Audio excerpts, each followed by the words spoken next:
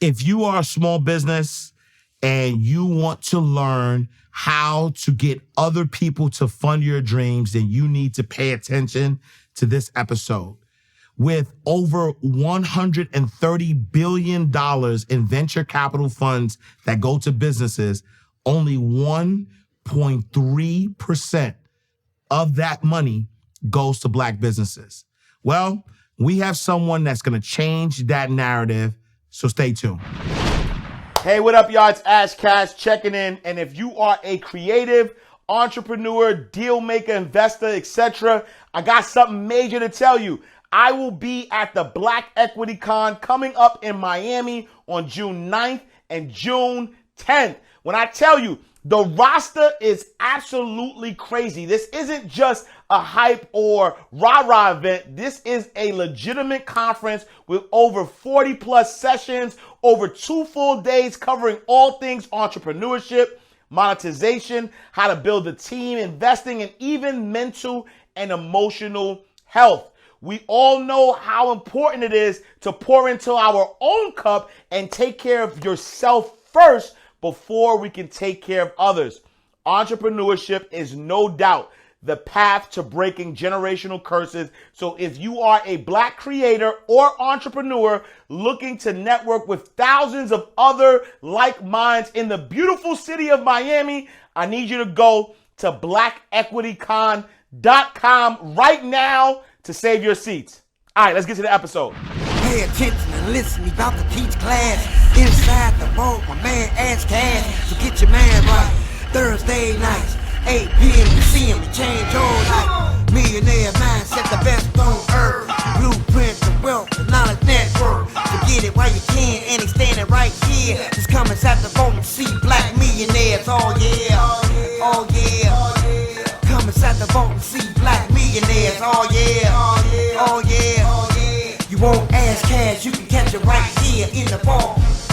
All right, so welcome to another awesome episode of Inside the Vault with Ash Cash, the greatest money mindset show on the planet. Listen, today we not gonna play. Look, the guest that we have today is so powerful. I don't even read bios, but I'm gonna read this bio so you can understand the power, the level that we come in, right? We have Derick Pearson in the building, and Derick helped brands become magnets for funding, having built 5 successful brands that have raised millions of dollars. And as the co-founder of the Center for Black Innovation, Derick's work has been featured in Comcast, NBC, Today Show, Afrotech, Black Enterprise, TechCrunch Inc., and Forbes. He was honored at the White House as one of the top 100 entrepreneurs under 30 in 2011. Derick's work has helped founders who went on to raise over $100 million. He has helped fund managers raise over $15 million. The second largest mall in the United States invested 7 figures in his first venture, Feverish Pops. He also, built a brand that was acquired for 7 figures. He partnered with Comcast, NBC, Universal to expose over 3 million students to coding. He has convened over 10,000 founders, investors, and entrepreneur support organization. He has trained over 2,000 youths and adults for STEM careers. He is also the author of Spitting Games. Ladies and gentlemen, please, round of applause. While you're watching this, I need you to give a round of applause for my guy, Derick Pearson. What's up, brother? What's up with you? On, man? I'm good. Woo! I read your bio, and I was like, yo, there's no way that I'm gonna introduce you no other way. Uh-huh. I need this to do its justice, because the work that you're doing is phenomenal. Man, to be so young and to have done all of this and literally be the magnet to kind of help our community build fundable brands is phenomenal, right? But before we get into that, in your words, who is Derick Pearson? Hey, Derick Pearson is a young man that grew up to an older man from Bainbridge, Georgia, attended Morehouse College, and on my admissions essay, I said I wanted to be a pillar in the Black community. So everything that I've been doing is to help Black entrepreneurs raise money, scale money, and transform the community. I love that. I love that. And, you know, today, in today's day and age, you know, you got a lot of people who, you know, they say they're the CEO of their company. They started this, they did that. And, you know, people have brands and then you have a fundable brand. Yes. Right? Can you tell me what's the difference between a brand and a fundable brand? Think of it this way. So when you have a brand, you're making things cute. You know what I'm saying? For likes, right? When you have a fundable brand, you're creating value for funding, right? So a fundable brand has three components, right? You have the look and the feel of it, the emotion that a brand gives you, right? That's what most people conceive a brand as, that emotion. How does it emotionally change you? But it also has like how you satisfying a customer. So it has that customer satisfaction portion of it. That's how you generate the sales from that brand.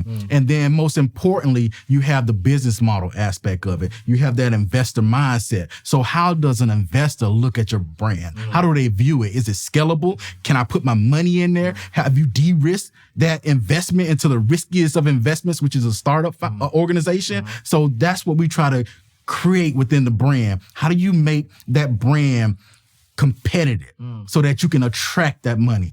And when you say scalable, right, and de-risking, like break that down, right? Like what makes a business scalable? What does scalable even mean?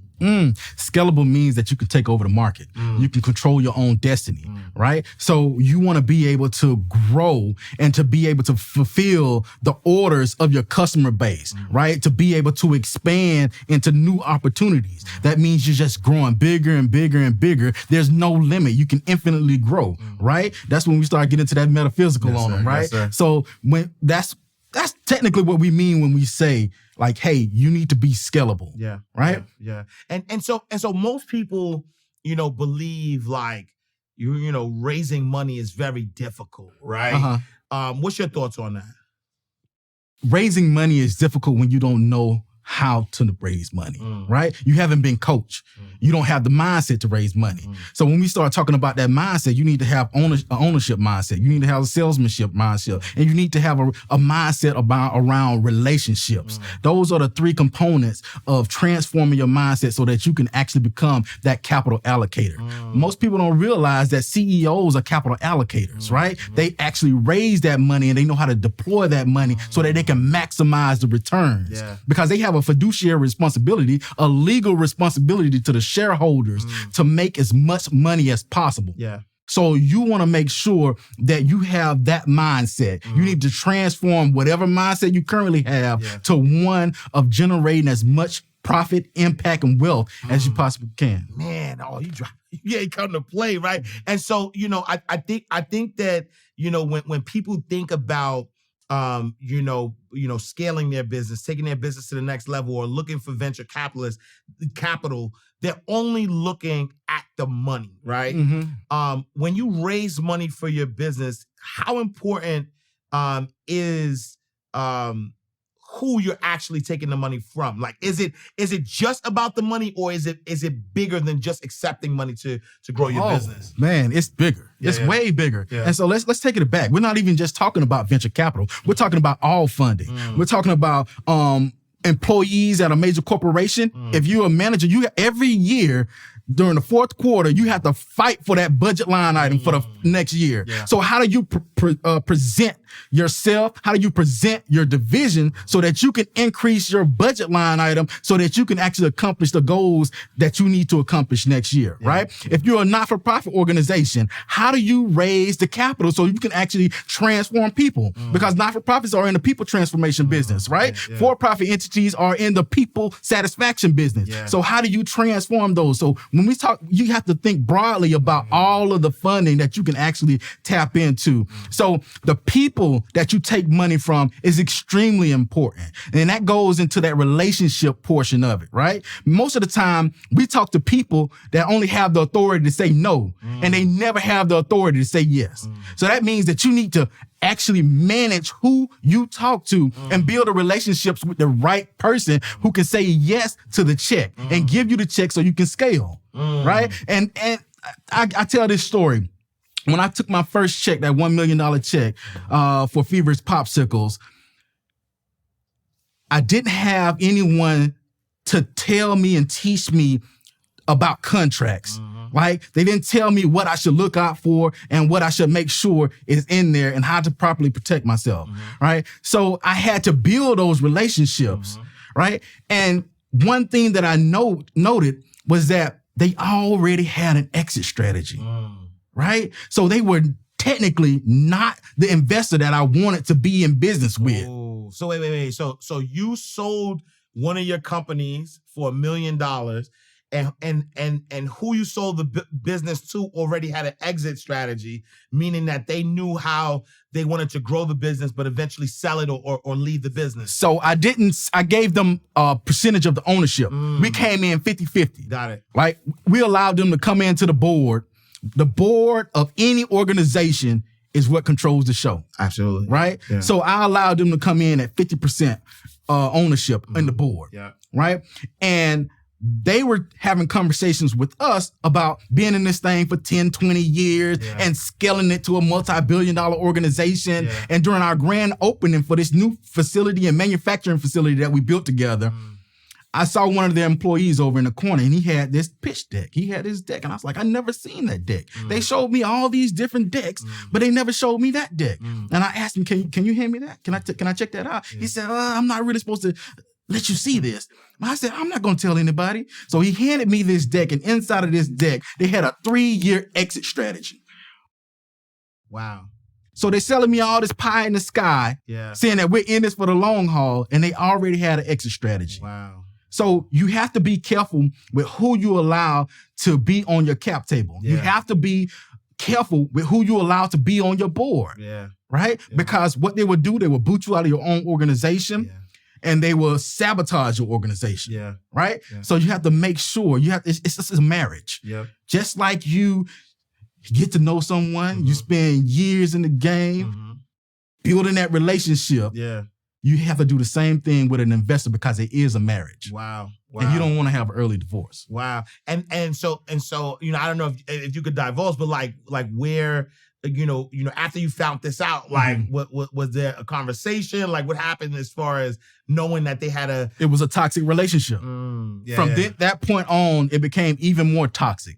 I spent majority of my time meeting with board members and having all of these high-level conversations and instead of actually growing and scaling the business, making sure that the business is profitable and that we're meeting all the projections that we had in the document from the begin with. Right. So that's what I had to do. I was like, man, this is not an environment for you to actually grow and scale and create the impact and wealth that you want. Nah, got it. And so, what could people do right now to make their business fundable? Great question. First answer to that is make sure you actually have skin in the game, right? So when we start talking about ownership, that ownership mindset is you having skin in the game. Your livelihood, your job, your wealth, everything depends on you succeeding. When you have that mindset and you start going and asking for this money, that investor, that funder, they see it. They see the energy that you have. So always make sure you have that investor, that ownership mindset, right? And one of the things I would say to people is that make sure you have alignment. You have alignment with what your purpose is. You have alignment with your proprietorship brand, your personal brand, as well as your product brand. Because when you have that alignment, you can create a seamless brand story. And you start creating those brand worlds, story worlds, right? So when these brands are like your aura, right? When you meet somebody new and you're saying, hey man, I got a good feeling from this person. I feel their energy. Your brand is just like that. It's either going to attract somebody or it's going to detract people, right? It's going to push them away. So you need to make sure that you have the alignment, and you need to make sure that your story is concise and it's compelling. Hey, how you guys doing? Hold on, don't press that button, because that's what I do every time I'm looking at an ad that I don't want to see. This ad just happened to be life-changing. I just happen to own one of the biggest home healthcare companies in the state of Georgia. I can help you create your own. Just to give you a little bit of insight, I send out registered nurses, LPNs, and CNAs to take care of people inside of the homes that cannot take care of themselves. But guess what? You don't have to have any medical background, and you don't have to have any medical knowledge. So if you're wanting to change your life and you have a passion for actually taking care of people, then go ahead and sign up for Home Healthcare Blueprint. I'll see you guys later. And then once someone has that, right, they've created this alignment. Like where do you look, because again, I know there's a lot of people that have like great ideas, and they just don't know where the money is. They don't know, how to find the money. They don't know how to, attract, investors, or, like even from a nonprofit perspective, like, like where does someone find money to invest in their business? So let's talk about the three different types of capital. You have financing, you have equity financing, you have debt financing, you have charitable financing, right? So the government will also fall underneath that charitable financing, because you have those SBIR grants that you don't have to pay back, right? So when you look for that funding, you figure out what your purpose is, and you have that alignment with your organization and your brand. You Google and you look for people who are looking to invest in that, right? So if you are a not-for-profit organization and you focus on economic development, you're going to look for major foundations that fund economic development programs, right? So you're looking for the Coffin Foundation. You're looking for the Certain Foundation. You're looking for the Knight Foundation, right? So if you are a funder and you have a beauty care line, you're going to look for venture capitalists or private equity, depending on the level of your business, who focus on CPG companies, consumer packaged good companies, because that is their lane, right? So you have to be able to identify and understand the industry that you are in, and then attend conferences and events that are around that, right? That focus area. Yeah.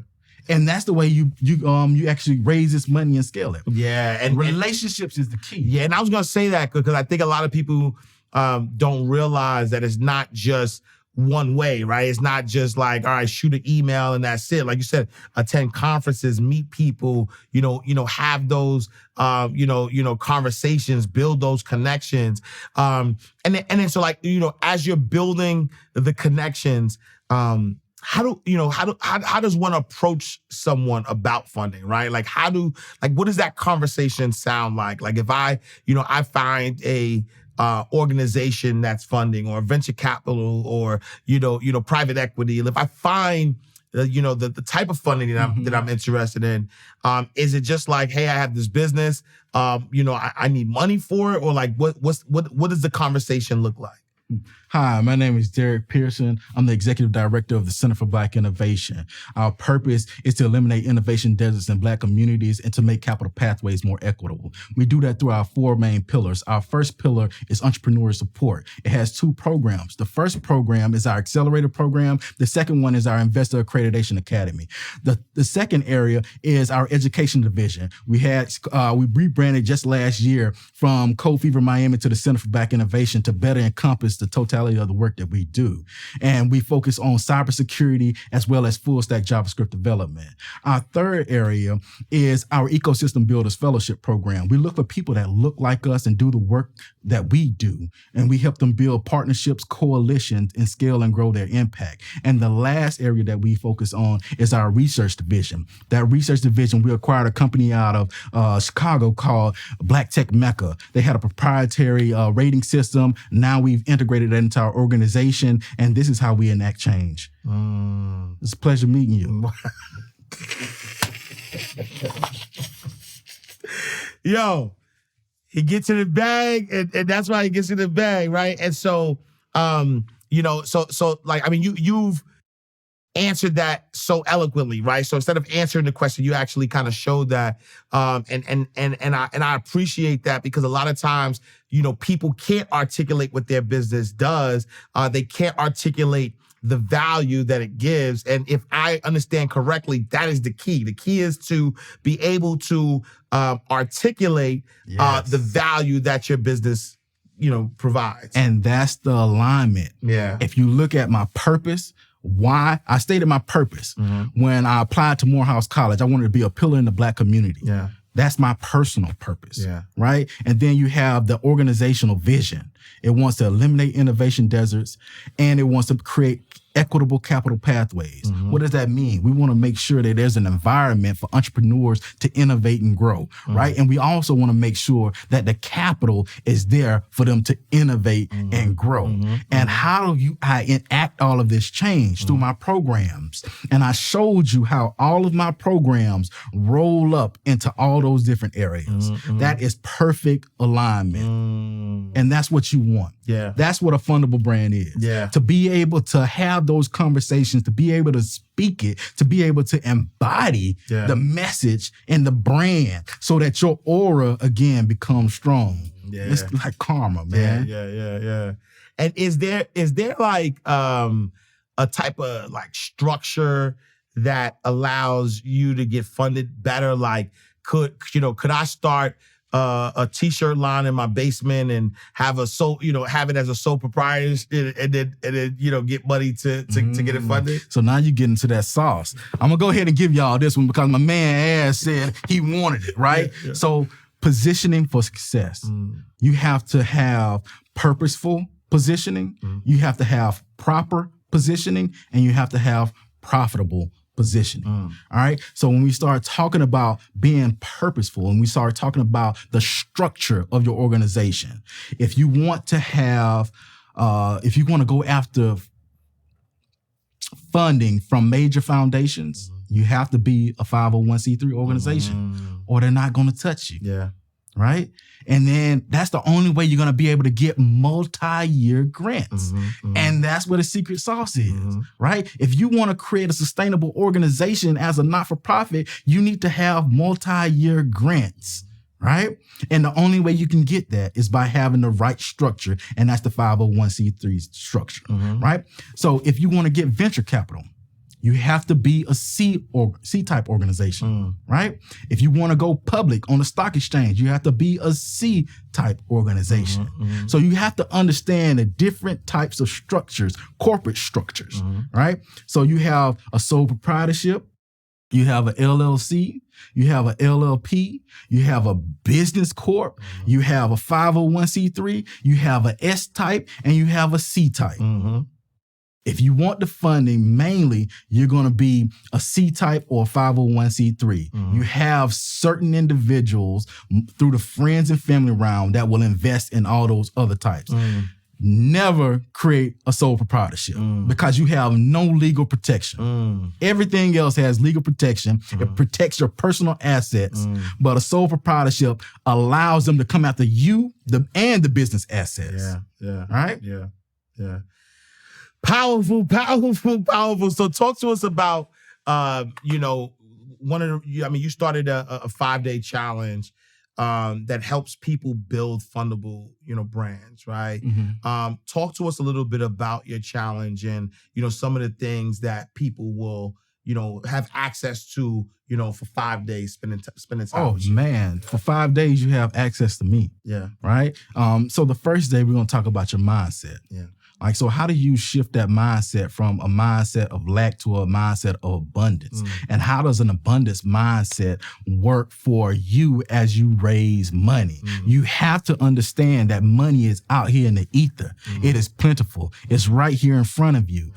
But if you think that you don't have access to it, if you think that it's hard to receive it, you will never have it. So you have to reframe that mindset because the money is there. There's so much money out here that venture capitalists, private equity people, as well as angel investors, they don't know how to deploy it. Wow. Yeah. That's why they have money sitting in a checking account as opposed to being able to invest into a startup founder or being able to invest into a stock, a value-based stock. Yeah. It's so much money. And if you look at COVID, you have people that have skyrocketed their income, right? So changing that mindset is the first key.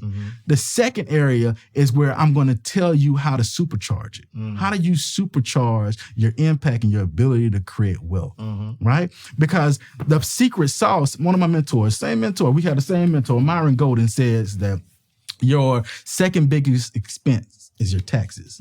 And what did he say your first biggest expense Is what you don't know. How to make $1 million. And I would say and add that is not your biggest expense. Your biggest expense is that you don't know how to make $1 million with other people's money. Oh, yeah. That is how you compress time. That is how you compete with the big boys, right? So if Ash Cash is able to raise $100 million and I'm over here and I have some IP and I'm only sitting over here at $10 million, how am I going to compete with you? You can knock on my door the next day and say, hey, I want to buy you for $20 million. I want to buy you for $50 million. And you still have $50 million to play with, right? So using other people's money it allows you to exponentially grow your wealth and your impact. Wow, that's powerful. Okay.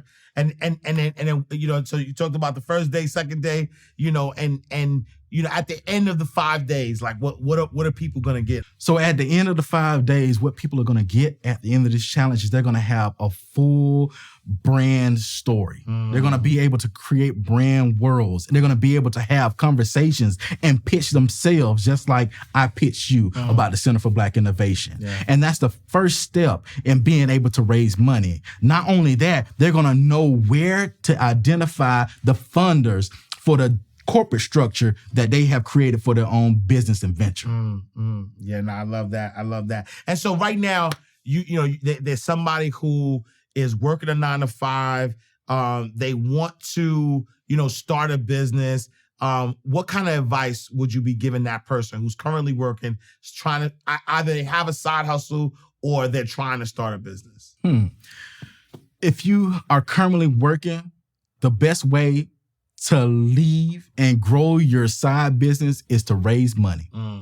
Because if you raise $500 million or $50,000 or $100,000, you can pay your salary and you can get up out of there and you can actually scale and dedicate your time, your energy to creating wealth and a legacy for yourself and your kids. Nice.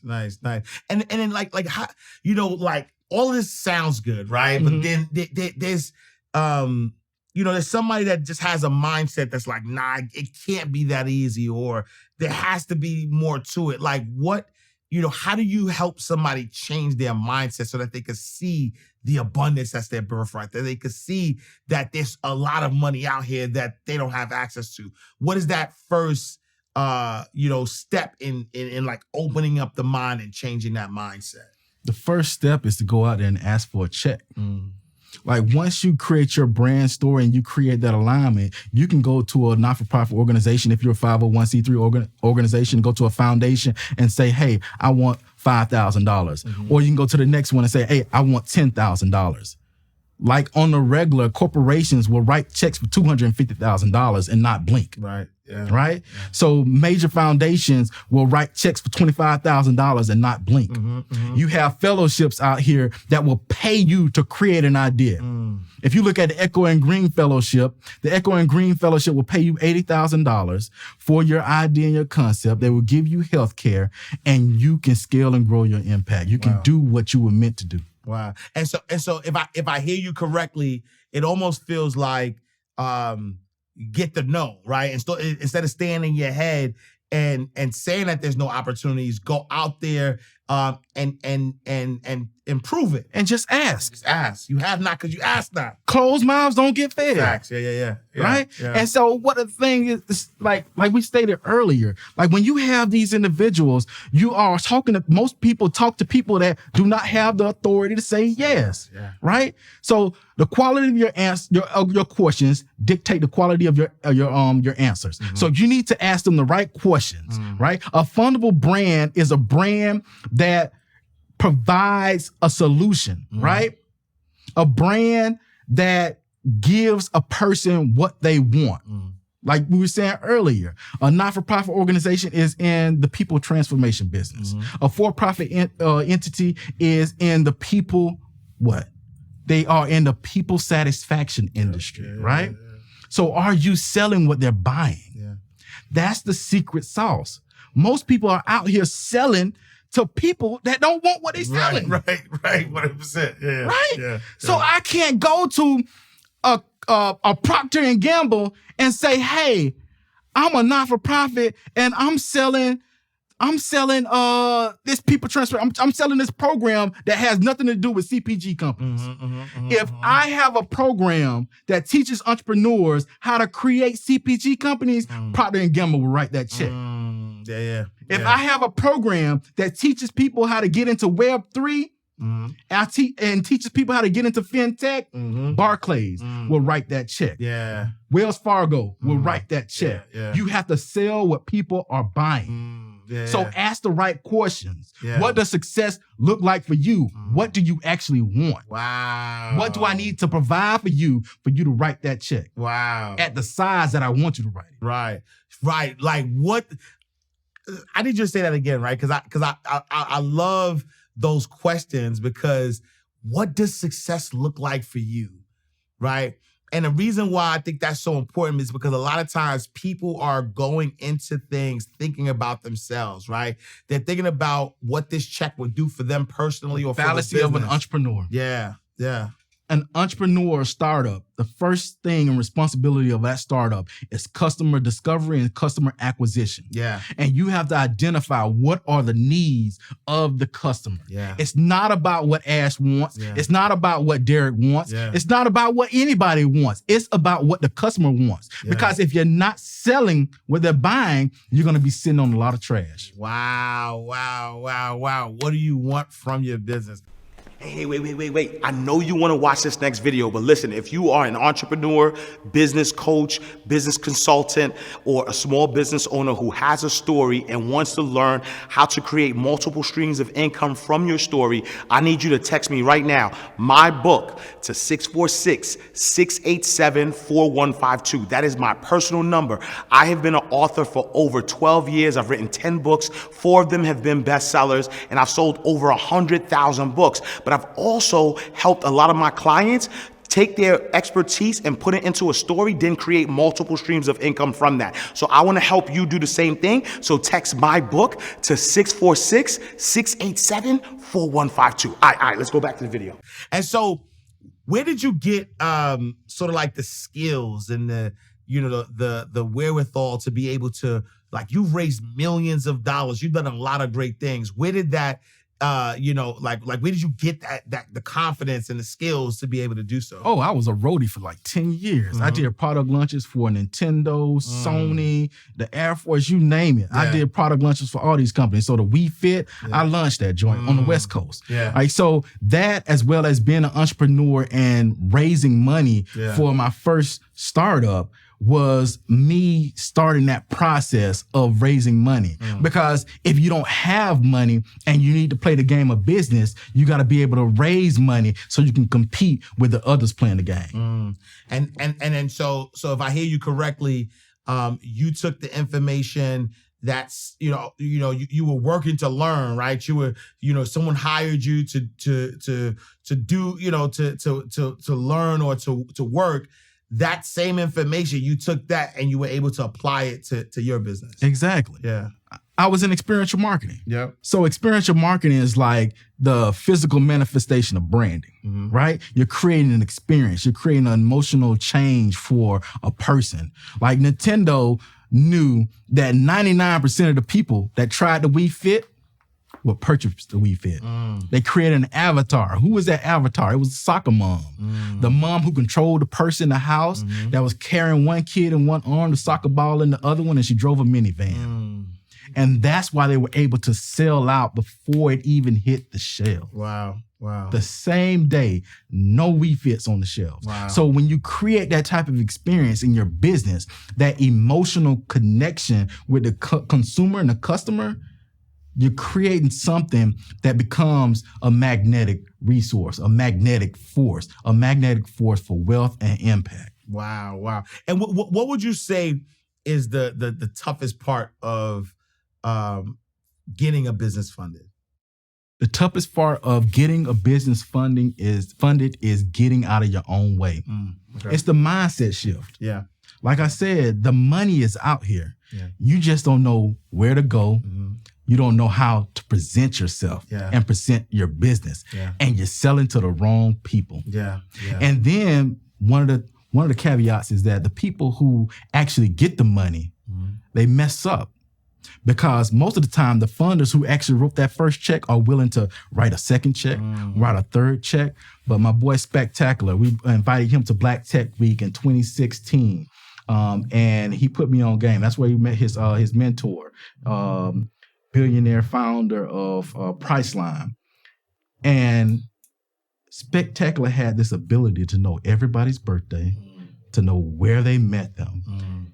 And it taught me the value of maintaining and building relationships. So if you want that follow-on funding, you want that second check, that third check, you need to continue to foster and nurture those relationships with the funder that you already have.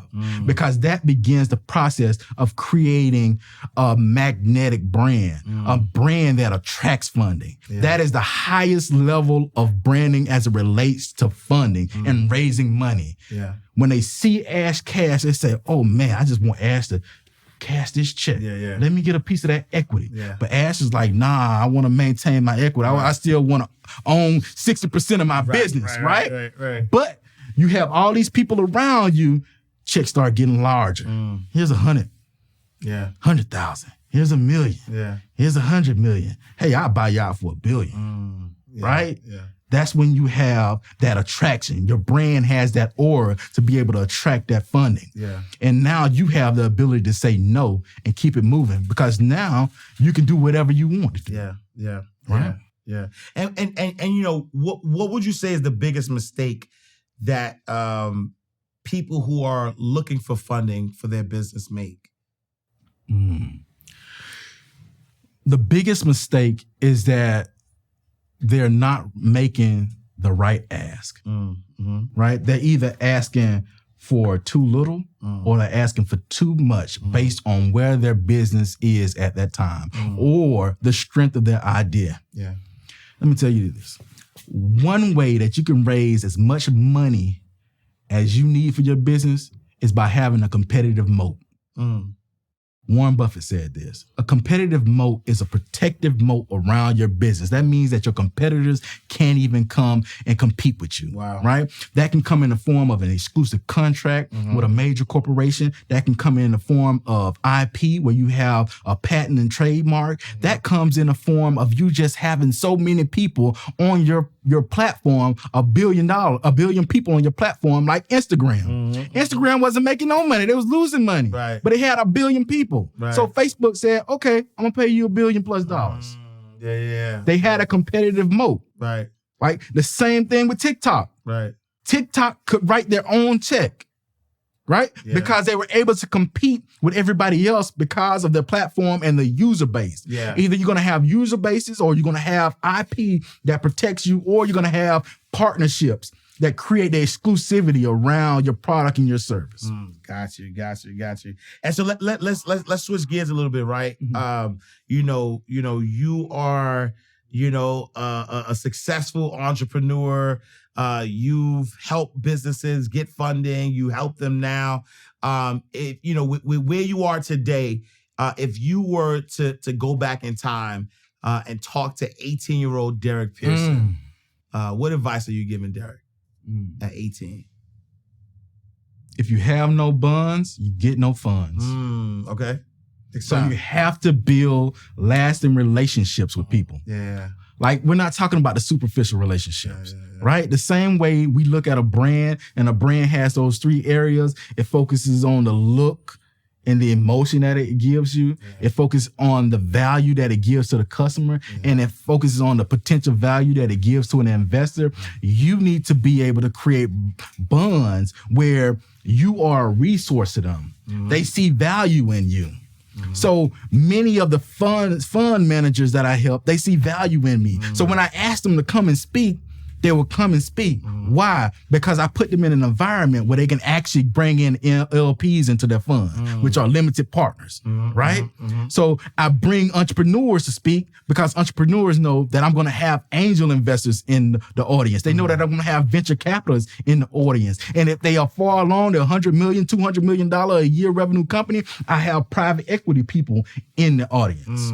You always have to be a resource, and that's how you create those bonds because they know that they can depend on you for that need, and they're always going to call you, or you can depend on them. Nah, I love it. And you know, you said this a few times, you know, in the episode. We talk about private equity, right? For those who are looking, who may not know what private equity is, what is private equity? All right, so the skinny is this. So when you create your organization, a startup is the riskiest of investments, right? Right. So the only people who actually invest during that time period are the friends and family. Either you gonna put your own money up, Cash gonna say, hey mama, I got this idea. You willing to invest $10,000 in your son's business? Or you have this angel investor, you got a CPG company, and you have this individual over here, Derek. Let's just say you have Derek over here. Derek is a previous executive from Procter & Gamble who specializes in creating products, consumer products, right? So I see the value in the product that you're creating. So I'm gonna invest.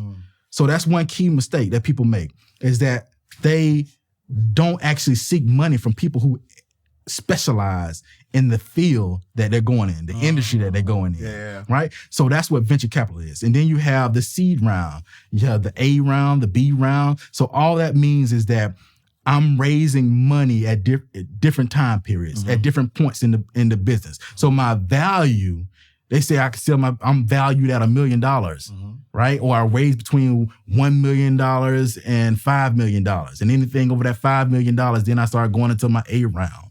Then my third round, I go into my B round. So that's what venture capitalists, that's what that's their playground, right? Private equity is different. Private equity doesn't invest in speculation. They invest in businesses that are actually generating profits and revenues, right? So you have to have a strong or viable business in order for you to get the private equity dollars, right? So all we're talking about is two different buckets, right? So you have venture, you have private equity, then you have investment banking. They're entrepreneurs that are ready to go public and be listed on the NASDAQ and be listed on any other, the New York Stock Exchange, right? And then you have hedge funds. Hedge funds are just like the bottom feeders. They buy up anything. They want anything, right? Normally they don't go into venture because they have a financial responsibility to a lot of their money coming from pension funds, right? So they can't go that far down, but they pay in anything else. So real estate, private equity, publicly traded entities, like commodities, hedge funds do it all. And I love that. Appreciate that. And so what would you say now, you know, at the level of success that you're at, you know, what would you say is the most extravagant thing you've done with money personally?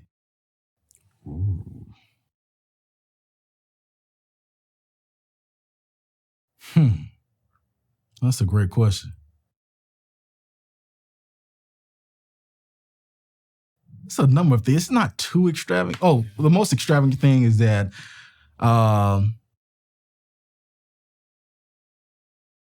my wife, she test drove a 2021 Mercedes GLS 450. And the week later, I went to the store and I bought it for her. Nice. Right? Yeah. So, and then she also wanted to be a property owner. So we went to my old town, Bainbridge, Georgia, and we saw this property, lakefront property, and we went and bought it in cash. Nice. So we're going to build her retirement home there. Nice. And what would you say is the most impactful thing you've done with money so far? The most impactful? The most impactful would be starting Cold Fever Miami. Because when we had Fever's Popsicles, we made sure that 5% of our revenues, our profits, went into not-for-profit organizations. So 5% of all the money that we were making went into Cold Fever Miami, right? And Cold Fever Miami became the Center for Black Innovation. Cold Fever Miami created Black Tech Week. Cold Fever Miami created the VC in Residence program. And we've helped and supported all of these organizations to be able to tout that the entrepreneurs that we helped and supported and influenced have raised over $100 million. Wow. The fund managers they have raised over $20 million. Wow. And not-for-profit organizations, we've helped them raise over $15 million. Wow. Right? So we're helping people make all this money. Wow. Wow. And so when it's all said and done, I will be, finish the sentence for me, right? When it's all said and done, I will be. When it's all said and done, I will be the owner of the largest Black bank in the world. Wow. Wow. No, I love that. I love that. If you are an entrepreneur, business coach, or small business owner who wants to get more visibility for your product or service, then consider advertising on Inside the Vault. We have been seen and heard over 2 million times, and as the show continues to grow, your ad would be embedded in our episodes forever. So the return on investments on advertising with us is unmeasurable and invaluable. If you're interested in this once-in-a-lifetime opportunity, then text podcast to 646-687-4152 or email us at info@insidethevaultshow.com. Allow your business to get the visibility that it deserves. All right, so we're gonna do our lightning round, and in our lightning round, what we do is we take bank terms and we flip them for us inside the vault. Nice. Right? And so our first term is gonna be deposit slip. Right. Okay. And when a deposit slip, you go into the bank, you fill out the deposit slip and you put the money into the bank, right? But for us here inside the vault, deposit slip is a money mistake, a slip up. What would you say is the biggest deposit slip that you've made in your journey so far? The biggest one. Before me and my wife, we started Feverish Popsicle, we were in experiential marketing, like I said earlier. Nintendo had let us go. We used the last of our savings to invest in an old P30 box truck for an ice cream truck. Okay. That same day we got it, we drove it off. We drove around the block and it died. Wow. So all of our savings tied up into this broken down truck. Wow.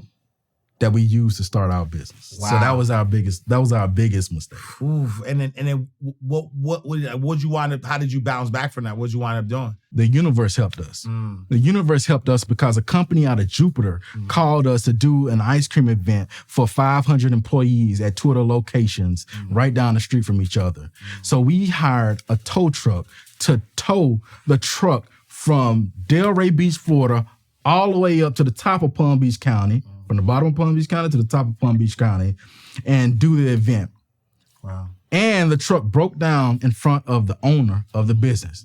And he got out, he came and helped me push the truck to the next location. Wow. But every year after that, they hired us to do their employee appreciation parties. Wow. Wow. And he never lets me forget. Wow. All right, term number 2 is charge off, right? And so charge off, you borrow money from the bank, you don't pay the bank back. The bank is trying to figure out how they can get the money, but eventually, like, you know what? I ain't never gonna get this money back, so I'm gonna charge it off. For us inside the vault, a charge off is people or mindsets, right? What kind of people or mindset did you have to charge off while you were on your journey? You had on my journey, I had to charge off the mindset that I can do everything by myself. Ooh, yeah. And that's why I say you have to build the bonds in order to get the funds. Because those relationships that you build and the appreciation and the teaching of people or treating people like they're human and treating people like they're valued allows you to raise the money and push your organization to where it needs to be. Love it, love it.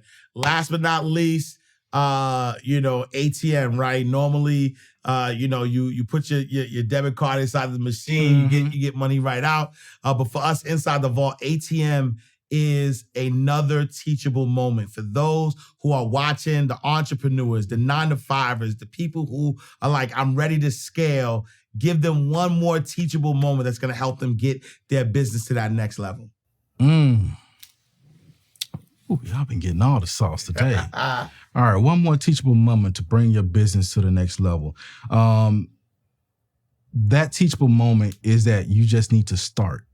Because as soon as you get your MVP, the conversations and the energy around you and around the goals that you set for will transform the universe around you. It will attract those things necessary to scale and grow your businesses, right? Yeah. So I would give the example of me and Felicia, my wife. We created Cold Fever Miami. And we were trying to raise all this money for this organization, and we're meeting with one of the largest foundations in the world, which is Knight Foundation. And every time they would turn us down until we pulled this guy named Matt Hagman to the side. He's like the godfather of Miami. We pulled him to the side and we said, Matt, we need to get this money. And he said, just do the event. And once you do the event and you come back and just ask me, then I'll write you the check. And that's just how simple it is. Wow. Take your first step, and other people will meet you. Wow. All right, y'all. Derick Pearson dropping a lot of bars on how you can create a fundable brand. Make sure you join his 5-day challenge inside fundablebrands.com. Again, tell the people, what experience they get to, what they get from hanging out with you for 5 days. Oh, for 5 days, you're going to get my guide. My guide is going to walk you through my framework on how to actually create that story, create that brand story so that you can easily have these conversations, so that you can easily transform the mindset of the investor to write that check for you. The second day, we're going to have a mindset shift, right? We're going to talk about abundance, the law of abundance, and how that applies to investing, right? As a CEO is an investor, right? So we want to make sure that you have the proper mindset to be a capital allocator, which is a person that knows how to raise money and knows how to deploy money. The other one, the second day, I'm going to teach you the secret sauce on how to scale your impact and your wealth by using other people's money, right? This is something that I don't tell anybody, but you're actually going to learn on that second day. The third day, going to have a special guest for you, all right? And that special guest is going to drop some nuggets for you, all right? And on the fourth and the fifth day, it's going to be us just putting feet to the floor and just going through the challenge and making sure that by the time you end this challenge, you have your full brand story, you have your full roadmap on where and how to raise the money necessary to scale and grow your wealth and your impact.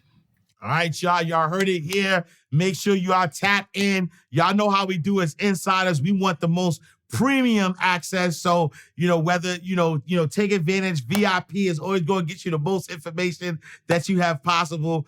If somebody wanted to connect with you, where can they find you? Oh, you can find me at Derick Pearson at CFBI, the Center for Black Innovation.